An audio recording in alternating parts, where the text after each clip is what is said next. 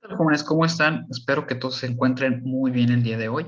En esta ocasión, la sesión del día de hoy va a ser una sesión virtual de manera asincrónica, es decir, que no vamos a estar en el mismo momento compartiendo a través de la pantalla los contenidos de nuestra materia de mercados financieros, ¿vale? En ese sentido, pues ustedes van a tener la opción de revisar este video en el cual vamos a seguir con los temas. En este caso vamos a ver dos temitas muy breves, los cuales vamos a ir desmenuzando y profundizando cada vez más a través de los detalles que nos van a ir conduciendo para conocer pues cada uno de los aspectos fundamentales que determinan pues la operación de los mercados financieros nacionales, internacionales, etcétera, y cómo pues todos a través de esta concatenación, cómo operan a través de diferentes mercados y de manera articulada, ¿verdad? Si me lo permiten, chicos, les voy a compartir el material del día de hoy. Vamos a revisar varias cuestiones por acá. Les voy a compartir toda mi pantalla y vamos a continuar. En esta ocasión, vamos a comenzar a platicar sobre la estructura de los mercados financieros nacionales e internacionales. En específico, vamos a concentrarnos con el mercado nacional. Acuérdense, los mercados son estos sitios en los cuales vamos a estar uniendo estas dos partes, ¿verdad? Quienes compran, en este caso, activos financieros y pues quienes los ponen en venta, ¿verdad? Obviamente, estos lugares son sitios físicos o sitios virtuales, voy adelantándome porque esto ya lo hemos platicado, en los cuales cada día, cada vez se van a poner de acuerdo oferentes y compradores en los precios de esos activos los cuales se van a comercializar, ¿verdad? Hablamos del caso mexicano, jóvenes. Ya habíamos hablado en alguna ocasión que el mercado financiero de México es la Bolsa Mexicana de Valores, Grupo BMV. Este mercado financiero, pues es en el cual cualquier tipo de persona, cualquier tipo de organización o institución que desee, a través de un análisis y que considera atractiva la inversión, la adquisición de activos financieros de diferentes mercados financieros del mercado mexicano, lo puede hacer a través de este sitio, ¿verdad? De igual forma, aquellas empresas que busquen colocar sus activos, lo pueden hacer a través de aquí. Una serie de pasos, una serie de regulaciones, una serie de requisitos que tendrán que cumplir, perdón, pero es a través de este vínculo, el cual articula a compradores y vendedores de activos financieros en el mercado mexicano, ¿sale? Entonces, jóvenes, ¿cómo comenzó todo esto aquí en México, verdad? En México, jóvenes, la Bolsa Mexicana de Valores se estableció alrededor de 1850. Como ven, ya estas actividades tienen bastante tiempo en los países, sobre todo en estos países que buscaron avanzar cuestiones del dinamismo comercial y del crecimiento empresarial en sus economías regionales, locales, nacionales, ¿sí? La Bolsa Mexicana de Valores, como ahí se los pongo en pantalla, inicia alrededor de estos años, 1850, primeramente como un mercado de negociación de compra y venta de acciones de empresas mineras. ¿Por qué acciones de empresas mineras? Porque eran las empresas más grandes en ese momento, ¿verdad? Si hacemos un poquito de revisión histórica de era el tipo de empresas más grandes o las que estaban en mayor crecimiento, pues eran las del área de la industria, en ese caso la industria extractiva. Acuérdense que había industria acerera, industria de ferrocarriles, etcétera, etcétera, y pues iba también comenzando apenas toda esta cuestión del petróleo, ¿verdad? Que luego, más que nada en el siglo XX, pero también otras industrias como pues la del carbón, etcétera, etcétera, ¿verdad? Es en 1867 cuando se promulga ya específicamente una primera regulación, unas primeras normativas que van a dar marco legal al funcionamiento de este mercado financiero en México. Se promulga la ley regulatoria de corretaje de valores. Esta ley va a permitir que corredores y empresarios, es decir, las empresas, quienes buscan poner sus activos en venta y quienes los van a apoyar a distribuir con la función de intermediario, que obviamente que tenían que contar con ciertas regulaciones, pues se daban cita aquí, en esta calle, en la calle de Plateros y Cadena. Está ahorita todavía ahí por el Zócalo, esta calle, ¿verdad? En la Ciudad de México para realizar compraventas de todos activos financieros y valores en la vía pública. Si ustedes se acuerdan, lo hemos platicado, en el caso de Wall Street, las transacciones se hacían en la calle. Después se reúne un grupo importante de empresas y adquiere los inmuebles. De igual forma, aquí también sucede así, ¿sale? En 1895, jóvenes, se abre ya como el Centro de Operaciones Bursátiles Bolsa de México S.A. Se inaugura ahí mismo, en la calle de Plateros, en lo que hoy es Madero. Ahí les pongo unas imágenes. Si ustedes han tenido la posibilidad de visitar Ciudad de México, reconocerán que es una calle que deriva a un costado del Zócalo, a un costado del Palacio de Gobierno, ¿verdad? Entonces, la inestabilidad política también, las crisis económicas y los precios internacionales de los metales, sobre todo porque eran industrias que acumulaban mucho valor de las economías y las movían por todo lo que representaban, pusieron en tal grado de volatilidad, vamos a decirlo así, o de incertidumbre la operación de este mercado financiero mexicano incipiente en esa época, por lo cual se optó por ponerle cierre momentáneo. En ese sentido, ya con el tiempo y con condiciones de estabilidad más, que brindaban más certidumbre a las operaciones, a partir de 1908 se reanudan las operaciones ya bajo el nombre de Bolsa Mexicana, Bolsa de Valores de México, perdón. Obviamente, si nos acordamos de nuestras clases de historia, pues obviamente hay unas etapas de reorganización de las estructuras sociales, políticas y económicas en México en esos años. La nueva estabilidad para las condiciones óptimas de la reapertura del mercado financiero mexicano se dan por allá de 1975, cuando la bolsa cambia de nombre a lo que ahora es la BMV, la Bolsa Mexicana de Valores, con una nueva legislación que le da marco a sus operaciones, la cual se denomina Ley de Mercado de Valores. ¿Sale? Déjenme mover esto tantito por acá. Claro. Entonces, hoy en día la BMW se encuentra operando en Paseo de la Reforma. Ya no está allí a un lado del Zócalo, ahora está en la colonia Cuauhtémoc y lo pueden ver allí ustedes en pantalla en la parte superior. La Bolsa Mexicana de Valores, jóvenes, la Bolsa Mexicana es la segunda más importante y más grande en términos de las transacciones y del valor económico financiero que se genera en este centro financiero, ¿sale? Únicamente después de la Bolsa financiera de valores financieros de Brasil, de Sao Paulo, la cual su índice o sus indicadores, su indicador principal es el Bovespa, ¿no? Muy bien. Actualmente, jóvenes, la Bolsa Mexicana de Valores, como ya lo hemos hablado en otras ocasiones, pues integra únicamente un grupo de empresas, a muchas empresas obviamente, las cuales ponen en ese punto, pues obviamente de manera pública, sus activos financieros para ser comprados y vendidos. También se realizan otro tipo de compra y venta de valores, ¿no? Como hablábamos de los distintos, como son los mercados de futuro, los commodities, los mercados de deuda, ahora pues últimamente también la cuestión de las cryptocurrencies, etcétera, etcétera, ¿verdad? Una serie de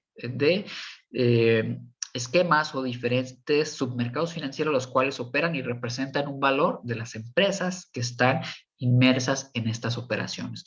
El tamaño de la bolsa mexicana o de un centro financiero se cuantifica con base en el valor de las empresas que están actualmente allí operando y obviamente pues de las transacciones que se realizan a través de este mercado. Actualmente el mercado mexicano, jóvenes, representa o las empresas que lo integran representan un valor más o menos de 372 millones de dólares, US dólares, ¿ok? Entonces, según este reporte que aquí les traigo, igual pueden checar, se ha mantenido básicamente el mismo valor. El valor bursátil es la suma de todas las empresas, del valor de todas las empresas que cotizan en la Bolsa Mexicana de Valores, ¿vale? Entonces, ahí lo tienen. Para darnos una idea del contexto de la importancia y del peso de estas empresas, ¿sale? El indicador, jóvenes, que nos va a estar diciendo si la Bolsa Mexicana de Valores va bien, va mal, cómo van las empresas, qué tan cotizadas son las acciones, los títulos de propiedad, los activos financieros. Todo esto, de manera sintética, nos los da un indicador, el cual se denomina índice de precios y cotizaciones, ¿sale? El indicador que mide la actividad financiera del mercado de la BMV es el índice de precios y cotizaciones. Entre paréntesis se los pongo ahí, IPC. Este índice se compone por una selección, es una selección muy específica de acciones o de activos financieros o valores de las principales empresas que se cotizan en la Bolsa Mexicana de Valores. Es decir, no todas intervienen en ese índice. Hagan de cuenta, una idea de un promedio, pero obviamente tiene requisitos técnicos muy específicos que cumplen con una metodología que brinda una inferencia muy real de los movimientos bursátiles, ¿verdad? En ese sentido, este índice se calcula todos los días para darle información a quienes están pendientes o tienen intereses en el mercado mexicano para saber, pues obviamente, cómo van sus títulos de acciones o de activos financieros y en general para dar una visión, básicamente una especie de termómetro de la situación eh, de crecimiento, de estabilidad o de riesgos en ciertos puntos del comportamiento del mercado financiero mexicano. Les decía, este se calcula todos los días con base al volumen y precios de las transacciones de valor. Obviamente, en este mercado se cambian grandes volúmenes de acciones, se compran y se venden, ¿sale? Bueno, dije acciones, pero es cualquier activo financiero. Y muy importante, el precio al cual se da esa transacción, porque a través del volumen, cantidad y precio vamos a saber la multiplicación, el valor de todas las transacciones que representan la bolsa mexicana, ¿vale? Entonces, jóvenes, aquí otro dato por allí. Les decía que el índice de IPC, el índice de precios y cotizaciones, pues es un índice básicamente, es un número ponderado, es decir, tomamos varios cachitos de varias empresas, los multiplicamos por su actividad bursátil y sus precios y nos da un número que de manera homogénea vamos a estar actualizando, ¿sale? En ese sentido, el índice de precios y cotizaciones de la Bolsa Mexicana se ubica alrededor de los 44,000 puntos, casi los 45,000 puntos, ¿sí? Es decir, este índice nos va a mantener a pues a la expectativa de sus variaciones hacia arriba o hacia abajo, lo que nos va a indicar cómo es el comportamiento de estas transacciones, ¿sí? Entonces, por ahí tenemos otro dato interesante, tenemos el volumen. El volumen, en este caso, es el volumen de las transacciones. ¿Cuántas transacciones hay? ¿Sí? Por ahí traigo una grafiquita. Aquí la tenemos. En los últimos 5 años, cómo se ha comportado la subida y las bajadas, pero también podemos establecer líneas de tendencia o promedios. Si ustedes pueden ver, ha mantenido básicamente una estabilidad relativamente homogénea, ¿verdad? Obviamente ustedes ya con mayor tiempo pueden entrar a la página de bmw.com.mx y ver series de tiempo para tratar de, más largas o más cortas, para tratar de dilucidar algunos aspectos o incluso tendencias, ¿sale? Más adelante las vamos a hacer con empresas en específico, ¿ok?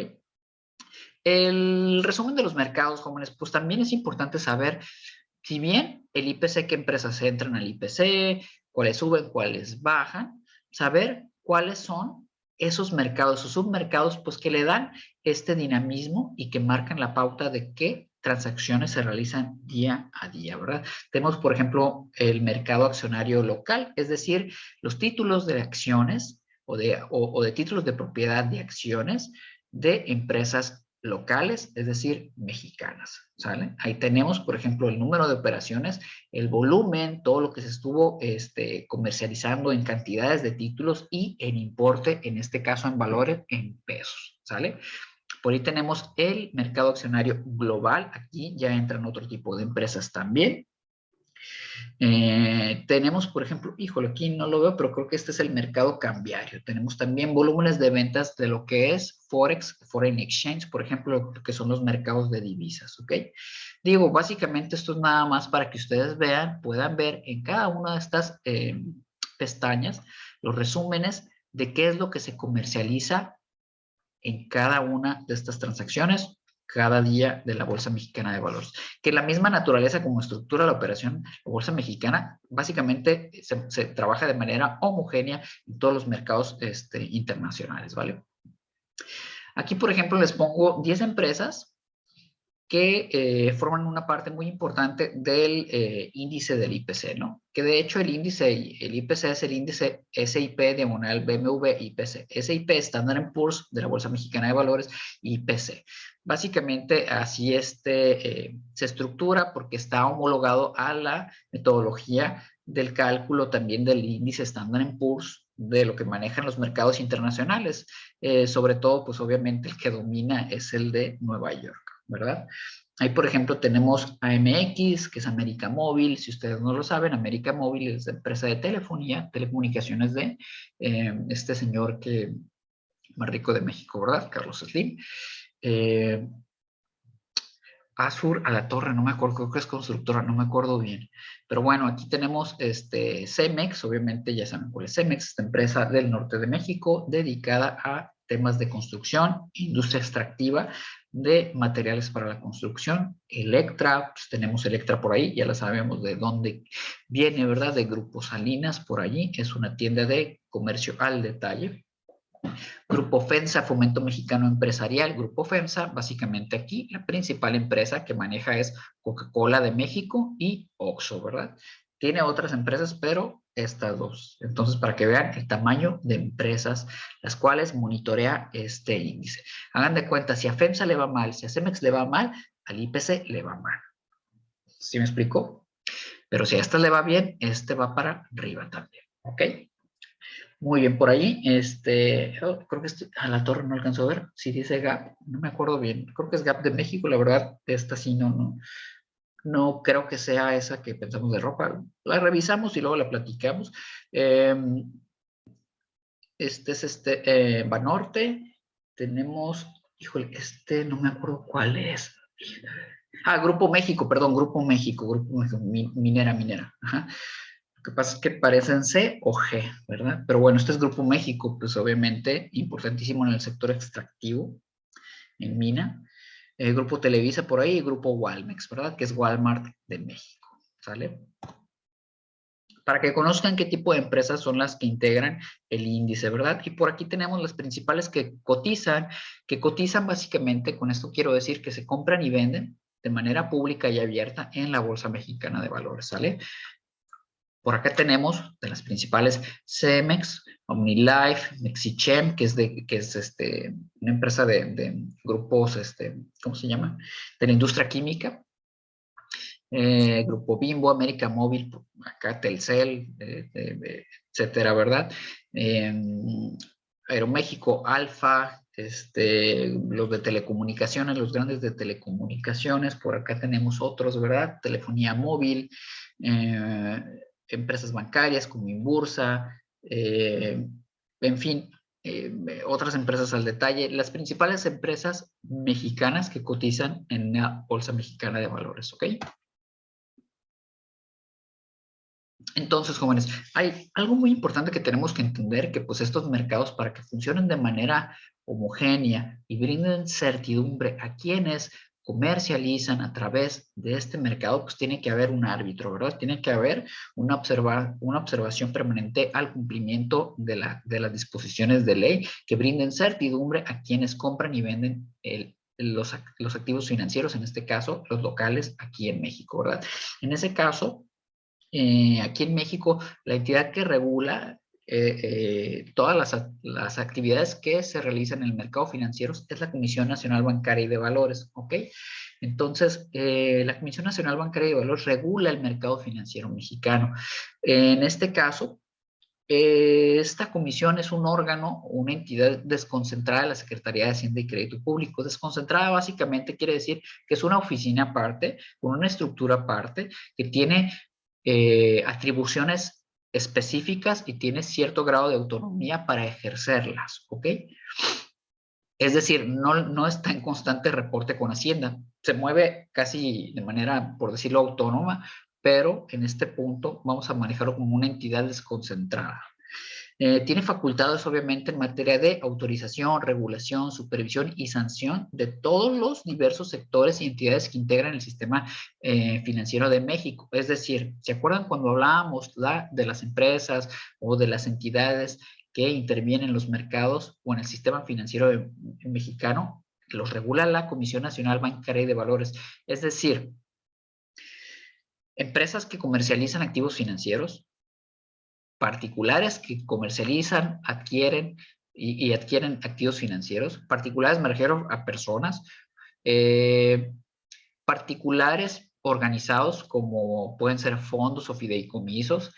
Y también otras entidades que no son propiamente empresas que venden activos financieros a través de títulos de propiedad o títulos accionarios, pero sí intervienen como los bancos. Los regula también en la Comisión Nacional Bancaria y Valores, y también todas las entidades que platicamos la vez anterior que actúan de manera parecida a los bancos, pero que no lo son, los que hacen actividades financieras no bancarias, es decir, cajas de ahorros, afores, aseguradoras, etc. Todo lo que tenga que ver con actividad financiera lo va a regular la Comisión Nacional Bancaria y de Valores, ¿vale? Entonces, hablábamos de que estas entidades integran el sistema financiero en México. Vamos a verlo más adelante cómo se integran también, ¿no? Así como aquellas personas físicas y morales, es lo que les decía. Personas que intervienen con compra y venta, y morales, es decir, empresas, personas organizadas a través de una representación empresarial, ¿sale? Que realizan actividades previstas en estas leyes relativas al sistema financiero, ¿ok? La comisión rige por ley todo lo que interviene en el sistema financiero mexicano, la Comisión Nacional Bancaria y de Valores, ¿vale? Entonces, hablamos un poquito más, todavía un poquito más. La Comisión Nacional Bancaria y de Valores supervisa y regula las entidades integrantes del sistema financiero en México, a fin de procurar estabilidad y correcto funcionamiento. Y se los destaco. ¿Por qué, jóvenes? ¿Por qué es tan importante la función de la CNBV? Porque brinda certidumbre a las transacciones y a la operación del sistema financiero. Si no hay certidumbre, ¿quién le va a entrar al negocio?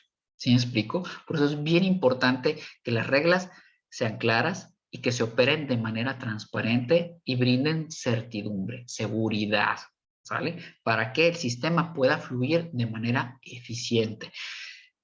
Claro que es muy importante el atractivo de los activos, la parte empresarial, el dinamismo financiero, pero también el árbitro que marca la regulación y pone muy claras las reglas y vigila que se cumplan, ¿ok? Para que, pues ahora sí, que la única preocupación sea el buscar generar nuevas oportunidades de negocio a través de la operación del mercado financiero, ¿sale?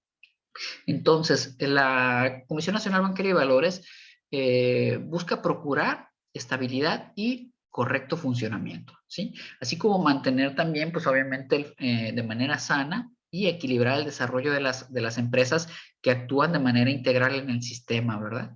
¿En protección de quién? Pues del mismo interés público, es decir, en protección de las mismas empresas, en protección de quienes, de los agentes individuales o particulares, ¿vale?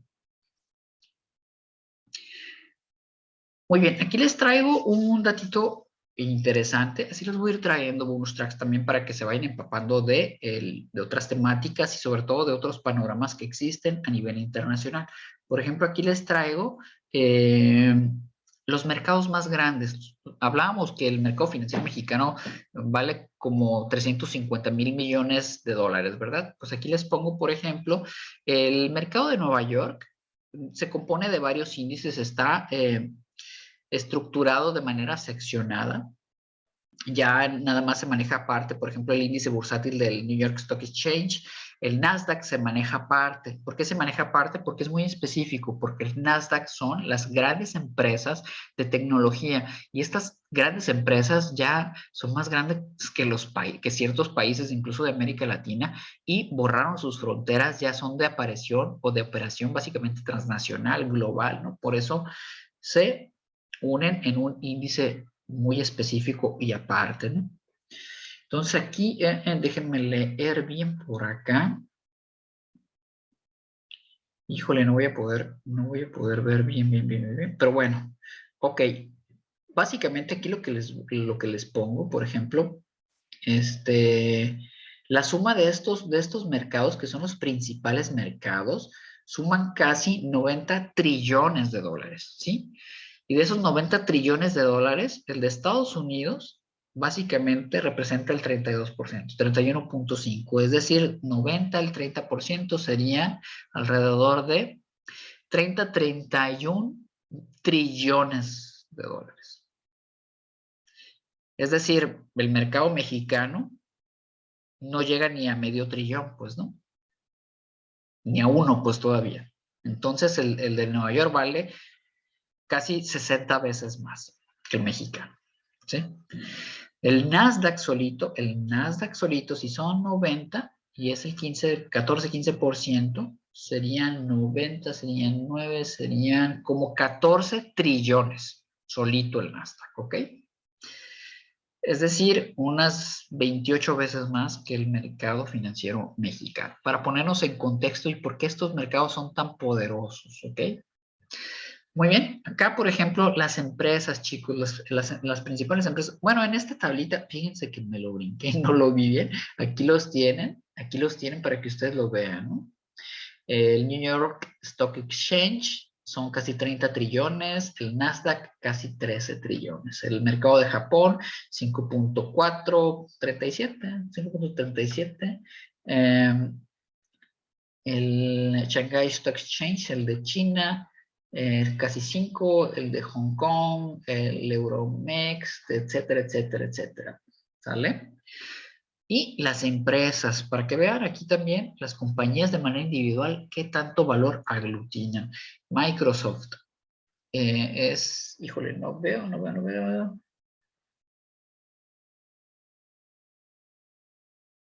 Si no llega al trillón, es casi bueno, son 1.384 billones, ¿sale? Apple, 1.349 billones. O sea, estas valen más que el mercado mexicano, pero bueno, ¿no? Ahí se los pongo para darnos un poquito de contexto, ¿sale?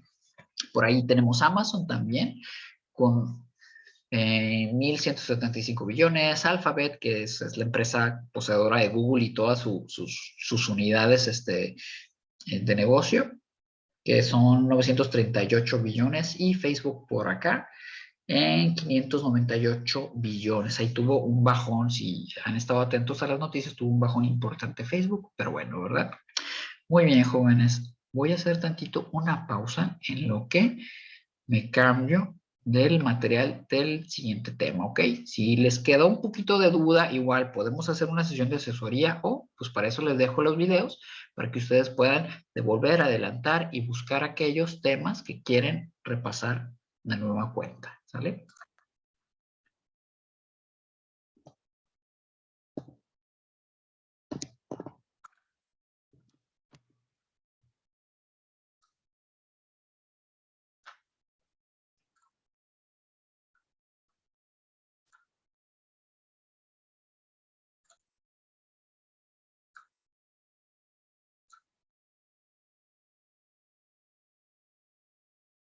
Perfecto, jóvenes. Vamos a continuar. Vamos a ver otro tema, así de manera un poquito, pues no rápida, pero sí un poco más ágil.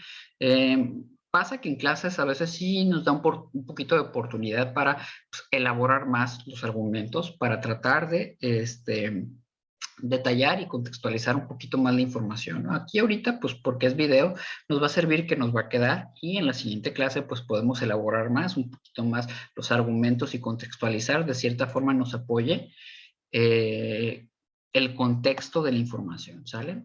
Me voy a adelantar, ya saben que siempre les dejo esto por acá. Siempre lo dejo porque siempre hay que ubicarnos a la raíz, ¿verdad? Al punto, cómo funcionan los mercados, que básicamente funcionan bajo la misma lógica que cualquier mercado de la economía real, ¿sale?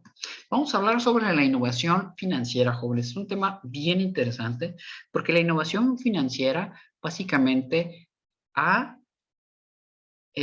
moldeado las nuevas operaciones o las nuevas vertientes de los mercados financieros. Es decir, No es lo mismo cómo funciona el mercado financiero hoy en día a cómo funcionaba a finales del 2000 o a cómo funcionaba a finales de los 90 o cómo funcionaba incluso en los 70. No es lo mismo en varios sentidos. En primer sentido, pues obviamente los tamaños, la importancia económica, la importancia de los recursos o de los flujos financieros, pues es una enormidad en comparación con lo que existía en ese momento. La capacidad tecnológica de los mercados el día de hoy nos permite tener carreteras, freeways inmensos tan amplios para generar transacciones múltiples, diversas, miles, no sé cuántas, millones de transacciones en un momento, en una hora, en un día, ¿sí? Antes, obviamente, las tecnologías pues no brindaban esa capacidad. Entonces, las formas en las cuales el mercado financiero ha mejorado en asumir o asimilar el cambio tecnológico también han tenido un impacto en la parte financiera, en la parte de las transacciones, en la parte del crecimiento de los negocios en el mercado financiero. Eso por un lado también. Pero también, jóvenes, a través del desarrollo de las variantes económicas, de las economías, del tipo de dinamismo empresarial, ha permitido que este desarrollo se vuelva un motor para la generación de nuevas oportunidades de negocio a través de la creación de diversos mercados o de diversas nuevas modalidades de integración de activos financieros. Es decir, la evolución, también aquí la hemos visto en el mercado financiero, ha evolucionado, se ha podido estructurar de forma que permite o que, mejor dicho, ha permitido generar nuevas opciones interesantes de negocio y también en términos de capacidad del mercado financiero ha crecido muchísimo. Por las cuestiones que les comento, pero pues también por otras, ¿no? Entonces, aquí les leo así rapidito. Las innovaciones financieras las vamos a definir como grandes cambios o cambios en sí o modificaciones en los esquemas tradicionales, ¿sale? Básicamente es donde reside el concepto de innovación, el cambio de cómo se venían haciendo las cosas y con base en la evolución de algunos otros aspectos, cómo impacta y cómo mejora esos esquemas, ¿sale? Esquemas tradicionales de los mercados financieros, los cuales tienen el objetivo de ampliar los mercados, en muchos casos surgen como necesidad para adaptarse a los cambios que sucedan en la economía real o en los sistemas financieros o en los marcos regulatorios. Obviamente también los mercados financieros han evolucionado en el sentido de que nuevas economías han crecido y han permitido acceder a esos mercados. Es decir, el mercado financiero chino en Shanghái no era lo mismo hace 30 años, ¿verdad? Pero ¿por qué ha mejorado o ha habido una oportunidad de cambio interesante ahí? Porque en sí las condiciones partieron de la base de que la economía china creció, se desarrolló, permitió crear una plataforma de desarrollo que impulsó su mercado financiero. En ese sentido, cambia el paradigma, implementa nuevos esquemas y también dinamiza lo que son los mercados globales. Entonces, esto es una evolución constante en ese sentido.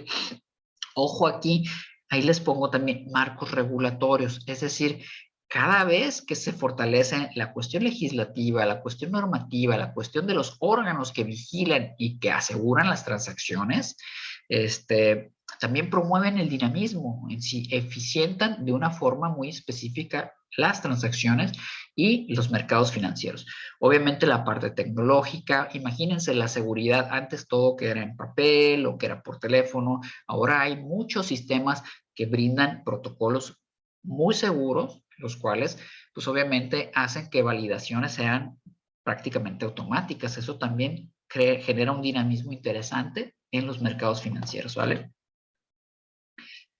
La innovación financiera trata la introducción de nuevos productos financieros o modificaciones también en los procesos, de cómo se hacen negocios, pero de qué nuevos negocios también podemos hacer, así como la renovación y cambios en los instrumentos o instituciones, ¿verdad?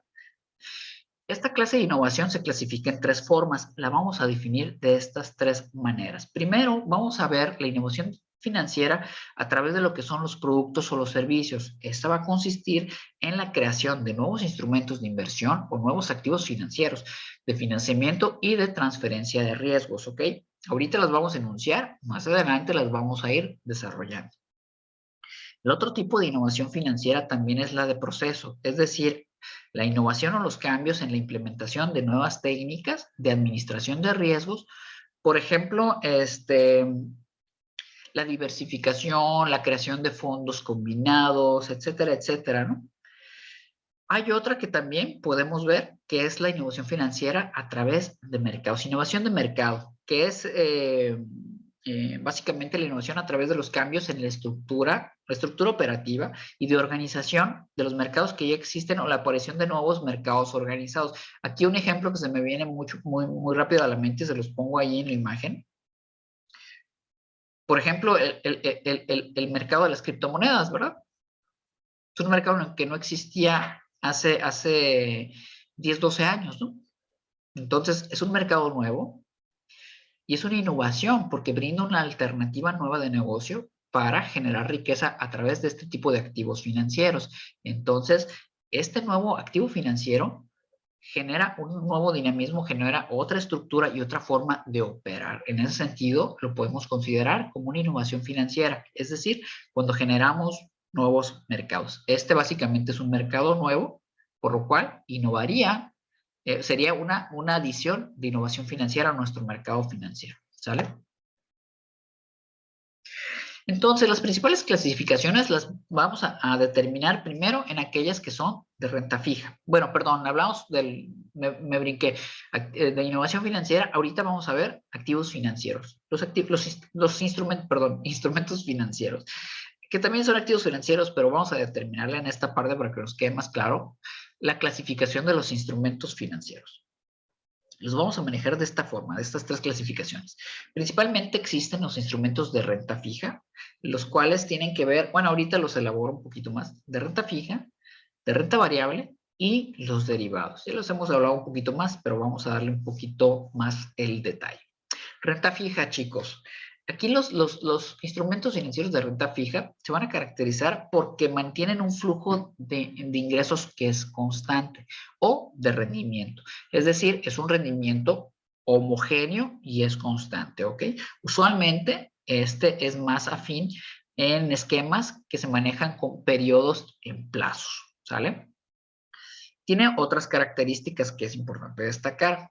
Tienen por lo general la cualidad de contar con un menor riesgo de volatilidad, es decir, de que suban o de que pierdan valor. Usualmente no se vinculan a cambios inmediatos en la economía. Por ejemplo, un activo financiero de este tipo pudiera ser un pagaré o un CETE, ¿sí? Un tipo de bono que se comercializa en el mercado de deuda. Por ahí traigo unos ejemplos. Tiene otra característica que protegen el valor, es decir, cuenta con mecanismos colaterales que resguardan el valor del activo. Por ejemplo, un CETE, pues obviamente es un compromiso de pago que está regulado ante una normativa, ante una regulación. En este caso, pues obviamente Secretaría de Hacienda lo respalda y si no te lo paga Secretaría de Hacienda, pues déjale la oreja a la Comisión Nacional Bancaria y de Valores, ¿sí? O sea, este documento se regula a través de aspectos jurídicos muy específicos, ¿sale? En algunos casos puede tener un contravalor como especie de aval, ¿sale? Es decir, hay otro valor que lo va a respaldar. Brinda mayor certidumbre del ingreso futuro, es decir, como ya lo estoy estructurando a cuotas, a plazos y a rendimientos constantes, yo ya sé cuánto voy a recibir, entonces ni me preocupo en ese sentido, tengo esa seguridad porque está especificada en el contrato de ese CETE o de ese pagaré, ¿verdad? Renta variable, jóvenes, pues aquí los nombres son muy específicos. Renta fija, pues básicamente voy a obtener algo constante. Renta variable, pues sí puede subir o puede bajar, ¿verdad? Este tipo de instrumentos representan un valor que se relaciona con el actuar empresarial, por lo general, es decir, con base a los resultados de la empresa que lo emite, que representa el valor de ese activo o de ese instrumento financiero, ¿sale? Puede traducirse en altos o bajos rendimientos. La rentabilidad va en función a que tan bien o mal demandado o no, o sea, es decir, que sea atractivo a la compra, se desarrolla el negocio que representa. Pues, por ejemplo, el principal instrumento financiero de renta variable más conocido, pues obviamente son los títulos accionarios, ¿verdad? ¿Qué características cuentan o nos dan un poquito más información de sus rasgos? Pues, por ejemplo, son los de mayor bursatilidad o liquidez. ¿Por qué? Porque como no están sujetos a plazos, jóvenes, yo lo puedo vender y comprar en un momento. Me puedo desprender de él fácilmente. Lo puedo, ¿cómo se dice?, convertir a líquido, a recurso financiero o a otro tipo de instrumento, ¿sale? Estos pues se ofertan y se compran públicamente de manera abierta y ágil. Eso obviamente también brinda un mayor nivel de liquidez. Otro rasgo es que los rendimientos pueden ser muy altos o muy bajos, o puede haber una pérdida importante, ¿verdad? Son un reflejo del valor actual del activo. Por ejemplo, si ustedes han estado atentos un poquito a las noticias, sobre todo obviamente las noticias financieras, una empresa puede perder muchísimo valor en un día. Entonces, ¿qué le va a pasar al activo o al instrumento financiero que ellos venden, que es un título de propiedad, una partecita de su empresa? Pues también se viene para abajo, ¿verdad? O puede subir también, ¿verdad? Estos títulos o estos instrumentos, mejor dicho, por lo general son de mayor riesgo. Por eso son variables, ¿sale? No existe un flujo fijo asegurado. Eso conlleva obviamente un riesgo. El hecho de que yo no tenga la certidumbre de cuál va a ser el siguiente valor, pues obviamente conlleva un riesgo. Esa variabilidad conlleva un riesgo, ¿sale?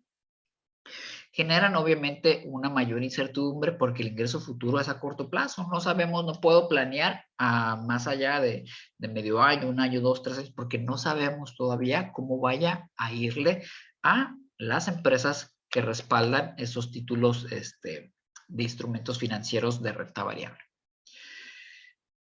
Dan un alto rendimiento a largo plazo. Esta con pincitas la pongo ahí, pero por lo general se suele hablar de que en el largo plazo en comparación, estos instrumentos brindan un mayor rendimiento, puesto que los de renta fija siempre va a ser la misma, pues, o sea, pasen 1, 2, 3, 4 años, dependiendo, siempre va a ser la misma y constante. Aquí puede existir esos escenarios en los cuales, dependiendo de un análisis técnico riguroso e integral, se puede establecer alguna dinámica que te permita a ti rentabilizar un rendimiento, ojo, a largo plazo, alto, o por lo menos alto en comparación a los instrumentos de renta fija, ¿sale? Los instrumentos derivados, estos ya los hemos platicado tantito, muy por encimita, pero aquí hablamos un poquito más, ¿no? Como su nombre lo indica, ¿verdad? O como su nombre lo dice, su valor deriva o representa el valor de otros activos. El precio o el rendimiento de estos instrumentos se desprende del valor del activo subyacente, es decir, que está por debajo. Hablábamos de que, por ejemplo, los derivados de las commodities, de las materias primas, pues especifican o representan el valor de lo que vale la commodity. Hagan de cuenta que aquí está la commodity real, aquí tengo un barril de petróleo, pero por acá yo tengo un título que va a representar el valor, ¿verdad? Pero realmente lo que vale es la commodity o es el barril de petróleo porque tiene un valor a través de sus características intrínsecas. A mí en mi casa no me sirve tener un barril de petróleo, ¿no? No, ¿para qué lo quiero? Le va a servir a quien lo explota a través de procesos productivos para hacer derivados de esa materia prima, ¿verdad? Pero bueno, es un valor es un activo, es un instrumento financiero que se comercializa y pues a través de esa compra-venta de ese derivado, pues puede generar algún rendimiento o algún beneficio económico interesante, ¿sale? Estos pueden ser índices también, índices, o sea, es decir, de fondos financieros que generen algún título de derivado dependiendo de cómo le va el índice. Por ejemplo, la Bolsa Mexicana de Valores, de su índice IPC, hay derivados de cómo le vaya, pues, ¿no? Entonces, la Bolsa Mexicana de Valores, hagan de cuenta en la empresa que controla la bolsa, emite títulos de derivados en los cuales se compromete a pagar en proporción cómo le vaya al índice IPC, ¿sale? Pero ahí el activo no vale en sí por el hecho del papel ese de lo que diga ahí. Bueno, no quiero decir de lo que diga ahí, sino que vale porque vale el IPC, pues, ¿sí me explico? No vale porque ese papel sea un título de propiedad de una empresa o de, no, por ejemplo, de un título de propiedad o un bono que ustedes vayan a cobrar, ¿no? Bueno, pueden ser índices, tasas de interés, obligaciones de pago. Hay varios tipos de derivados y otros como las commodities, ¿verdad? ¿Qué características tienen estos instrumentos? Primero, son susceptibles para para la especulación, es decir, como derivan de otras cosas, jóvenes, la gente o quienes se dedican a hacer análisis de estos tipos de instrumentos tienden a prever comportamientos futuros, para lo cual buscan hacerse de estos instrumentos. Es decir, los adquieren o los venden, puede ser, porque piensan que algún escenario se va a presentar a futuro. Eso básicamente es la especulación, es decir, ¿qué va a pasar con ellos? También incluso a través de la adquisición de este tipo de derivados pueden mandar señales al mercado y buscar generar algún comportamiento. Por ejemplo, igual luego en una clase lo podemos ver, un caso bien interesante. Hay un tipo de activo o de instrumento financiero derivado que se llama, pues es una especie de swap, pero básicamente se le denomina como el bet short o apuesta en corto.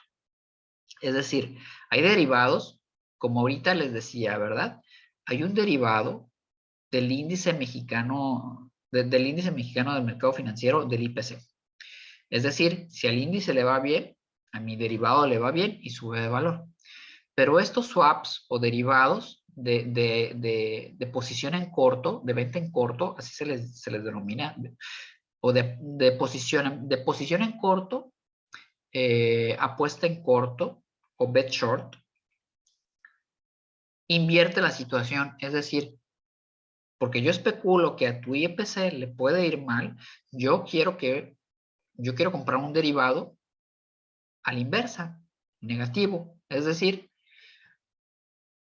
si tu IPC baja, haz de cuenta que volteo la gráfico, esa bajada para mí es que sea subida. Esa es una apuesta en corto. Entonces, también se vuelve parte o un instrumento financiero para la especulación, susceptible a la especulación. Es decir, porque yo pienso que te puede ir mal. No nada más puedo entrarle al mercado financiero porque piense que les va a ir bien siempre a todos. Esto fue lo que sucedió, por ejemplo, en la crisis 2007-2008, que hubo quienes identificaron una tendencia de la posibilidad de los impagos crediticios inmobiliarios y pensaron que obviamente todos los activos que estaban derivados de las hipotecas, o sea, los instrumentos financieros activos que estaban derivados de las hipotecas, no se iban a poder pagar. Entonces hubo quienes apostaron en contra de eso, en corto, es decir, sacaron derivados sobre las pérdidas de ellos. Y entonces, si esos, si quebraban el mercado financiero hipotecario, a ellos les iba muy bien, pues.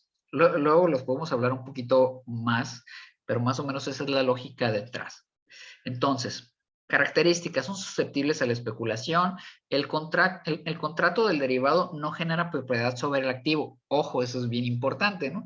Es decir, yo puedo tener un derivado de una canasta de créditos hipotecarios, pero no son míos, ¿sí?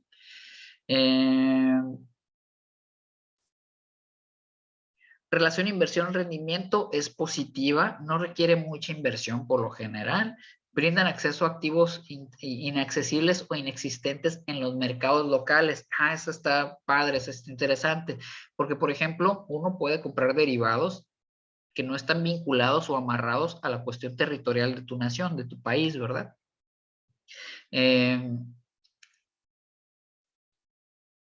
Digo, en México sí tenemos litio, pero, por ejemplo, podemos comprar derivados de litio de China, por decirte un ejemplo, ¿no? Instrumentos financieros, por ejemplo, renta fija, aquí en México.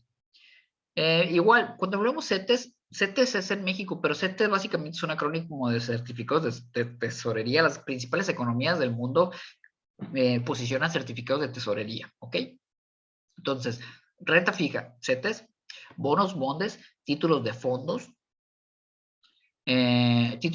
comunes de inversión, perdón. Fibras, por ejemplo, las fibras. La fibra es un acrónimo. Significa fondo de inversión de bienes raíces y asociadas, algo así. No me acuerdo muy bien. Luego, cuando veamos el capítulo específico de este tipo de activos, lo vamos a ver. Por ejemplo, las grandes constructoras, aquí en Hermosillo tenemos, por ejemplo, el Mall Galerías, ¿no? La verdad no sé si el Mall Galerías tiene fibra, pero hay grandes edificios o moles o almacenes, por ejemplo, muchos en las ciudades más industrializadas de México, como pues Monterrey, Guadalajara y Ciudad de México, que para captar recursos, por ejemplo, los aeropuertos usan mucho este modelo. Como los aeropuertos van a cobrar por su uso, etcétera, etcétera, pero necesitan dinero para apalancarse, para hacer la infraestructura, para hacer sus proyectos, generan primero un proyecto de inversión, el cual estructuran un activo que se denomina fibra, ¿sale? De hecho, la fibra es un derivado, en la cual a ustedes, por ejemplo, les permite comprar ese titulito de fibra y es como si ustedes fueran ¿cómo se le dice? Como si fueran el dueño del inmueble, pues ustedes la fibra les va a dar rendimiento a través de lo que son las rentas, la rentabilización de esos bienes o de esas infraestructuras, pues, ¿no? Como si fueran las acciones, pero ustedes no se vuelven dueños de la empresa, se vuelven como que dueños en parte de un poquito de los rendimientos que genere las rentas de esos bienes inmuebles, ¿ok? Por ahí van. Pero bueno, más adelante elaboramos un poquito más, explicamos más a detalle. Renta variable, obviamente aquellos que no me aseguran un flujo constante que puede subir o puede bajar, ¿verdad? Las acciones, títulos accionarios, obviamente, las participaciones que les comentaba, que es como básicamente que les den a ustedes un título de prioridad para posicionamiento accionario. Fondos comunes de inversión también se puede manejar de esta forma de renta variable, fondos indexados también, sobre todo aquellos que están vinculados con los grandes índices bursátiles, es decir, un IPC, un Standard & Poor's, un índice Nasdaq, un Dow Jones, un Standard & Poor's 500, etcétera, ¿verdad? Que es decir, es el índice que evalúa cómo le fue en lo general a un grupo de empresas, ¿ok? Y obviamente te dan un cachito de cada una de esas empresas. Porque puedes tú comprar un título accionario de una sola empresa o puedes comprar un título de un índice. Y ese índice a ustedes los va a ser propiedad de un cachito o de varios cachitos de varias empresas. Y entonces va a fluctuar como fluctúe ese índice. Derivados, ya hablábamos de los futuros o de los forwards, las opciones, commodity swaps, currency swaps, currency, moneda, commodities, materias primas, swaps de tasas de interés. El acrónimo de swaps básicamente es cuando intercambiamos un activo por otro o un tipo de rendimiento. Bueno, no un tipo de rendimiento, un tipo de resultado, mejor dicho. Igual ahorita no elaboro tanto la explicación porque vamos a entrarle un poquito más adelante. Nada más el chiste es que conozcan qué tipo de opciones y cómo se diferencian, ¿ok? Los CDOs, que estos son bien interesantes, las obligaciones de deuda colateral, CDO. Los CDO son un tipo de instrumento financiero derivado que se hizo muy famoso obviamente porque estos se crearon específicamente, bueno, no, ya existían, pero se crearon unos muy específicos para aprovechar el fenómeno de la crisis financiera de Estados Unidos, 2007-2008, ¿sale? Tienen un problema muy específico técnico, el CDO, que no es que sean malos en sí, son malos si no sabes qué estás comprando, pues, ¿no? Porque puede haber CDOs, de CDOs, de CDOs, sintéticos CDOs, mezclas de CDO, no, es un borlote. Luego a lo mejor estaría interesante hacer una clase de estas, especial para estas. Ok, el bonus track de este temita, por acá que tenemos, ¿saben qué? Permítanme, voy a hacer un poquito más grande esto porque ahora sí que no veo, perdón, discúlpenme.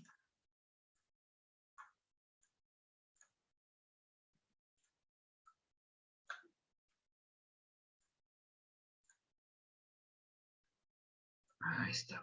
Se debe ver un poquito mejor. Ok.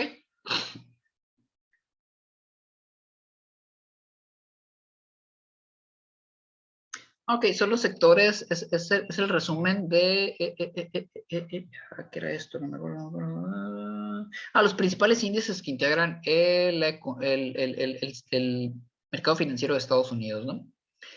Pues ahí tenemos varios índices. De los principales por acá, por ejemplo, el Standard Poor's 500, y la diferenciación por tipo de mercado, ¿no? Entonces, según los tipos de mercado, son los tipos de empresa. Bueno, no tipo de mercado, tipo de actividad económica o rama de la actividad económica. Por ejemplo, industria financiera, energía, el mercado del consumo al detalle, salud, industrias muy especializadas, etcétera, etcétera, etcétera, ¿no? Por acá les traigo el precio del título accionario de Apple, anda en $121 más o menos. Aunque esta información no es tan reciente, pero por ahí anda. Igual lo checamos en la siguiente clase.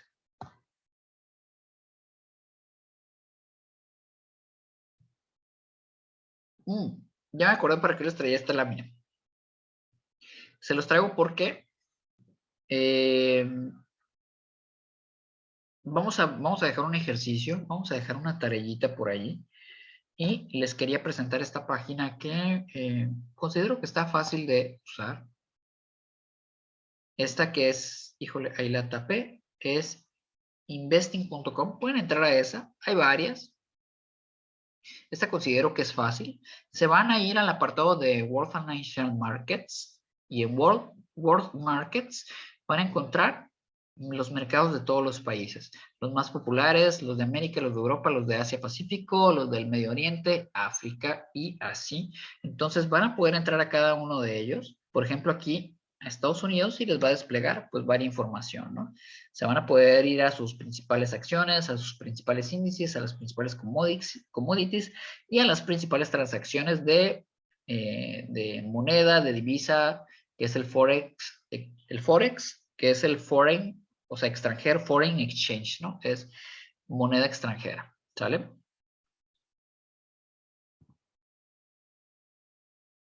Vamos a ver un videíto, espero que sea bastante cortito, para apoyar lo que hemos estado platicando, jóvenes. Permítanme un momentito nada más.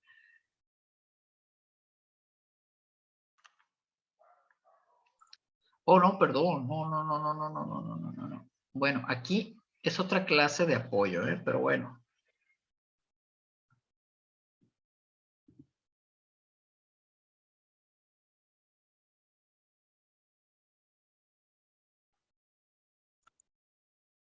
Permítanme acomodarme tantito.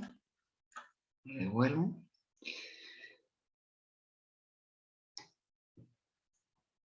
Es una clase más larga. Se las voy a poner aquí. Es el mismo tema, pero se las voy a dejar en el video. Perdón, se las voy a dejar aquí en el documento que ya está cargado en su Google Drive de nuestra clase. Y ya básicamente con eso vamos a terminar, chicos. Espero no haberles quitado mucho tiempo. Entiendo que a veces es un poquito así cuando dejamos video nada más, ¿no? Pero pues debe tener sus ventajas también. Que van a ustedes a poderlo pausar, mover cuantas veces quieran, ¿verdad? La tarea siguiente, jóvenes, vamos a dejar una tareita por ahí. Igual ya saben que es lunes de clase, viernes de entrega de tarea. En esta ocasión se va a pedir que ustedes elaboren un cuadro comparativo. Esta actividad básicamente va a concentrar en desarrollar un cuadro comparativo de dos mercados, pero pues obviamente tenemos que meternos un poquito más a nuestro mercado financiero mexicano. Vamos a hacer una comparativa del mercado financiero mexicano con algún otro mercado internacional, ¿sabe? Este trabajo lo vamos a hacer en equipos. Pueden hacerlo individual, pero se puede hacer en equipos no más de 3 integrantes, ¿ok? Van a tener por un lado en este cuadro comparativo todos a México y van a elegir otro país, ¿ok? Van a elegir otro país de los cuales que yo les recomiendo porque son los que hay más información. Ahí se meten en Investing y hay mucho de donde pueden sacar en Investing. Yo les recomiendo que agarren, por ejemplo, Estados Unidos, China, Japón, Reino Unido, Francia, Alemania, Hong Kong, Brasil o la India, ¿sale? Entonces van a comparar a México con uno de ellos, ¿ok? Van a integrar un cuadro comparativo.